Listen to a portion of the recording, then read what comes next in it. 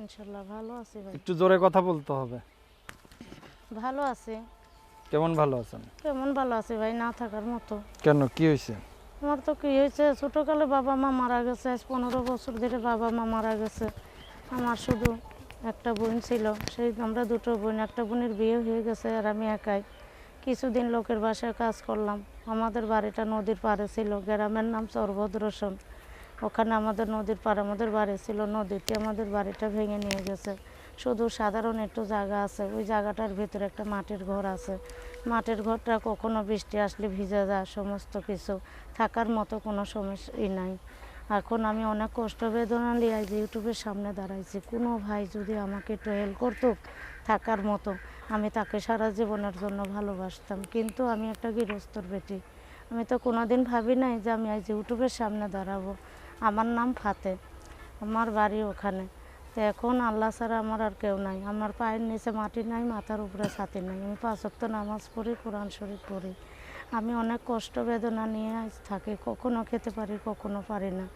গ্রামের লোকে বলে আমাকে, তুমি এত কষ্ট করো কেন মা? বললাম, কষ্ট ছাড়া আমার তো কিছু নাই। বলছে কি, লোকের বাড়িতে না যেয়ে নিজের কাজ করো। পরে দোকান থেকে একটা সুই সুতা নিয়ে লোকের বাচ্চাদের জামা প্যান্ট সেলাই করি। কখনো খেতে পারি, কখনো পারি না। আচ্ছা, তো আপনার নাম কি বললেন? আমার নাম ফাতে। ফাতে। আপনার বাসা হলো ফরিদপুর, ফরিদপুর না, চরভদ্রসন। এটা তো ফরিদপুরের মধ্যে হ্যাঁ, সম্ভবত। আচ্ছা, ফরিদপুরের মতো।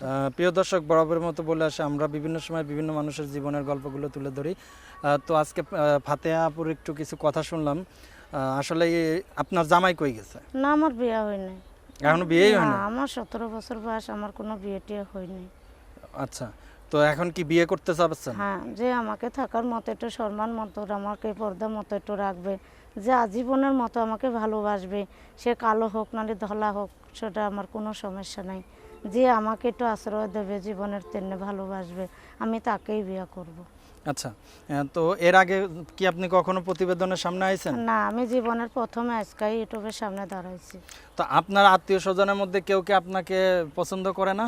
আমার আত্মীয় স্বজনের মধ্যে পছন্দ করলে কি হবে ভাই? আজকাল যদি গরিব থাকে, তার মাথা কেউ কোনোদিন তেল ঢালে না। আজকাল যার কি অর্থ আছে তাকেই ভালোবাসে, তাকে তার চিন্তা তো তারা করে না। এই পৃথিবীতে তারা মনে করছে আমরা পৃথিবীতে সারা জীবন বেঁচে থাকবো। আরে সবারই তো একদিন মরতে হবে ভাই, মরণ তো একদিন আছে। এখন আল্লাহর দিক চেয়ে আমি বসে আছি, বলে আল্লাহ আমি যেন, আল্লাহ যেন আমাকে একটু শান্তি মতো আমি যেন থাকতে পারি।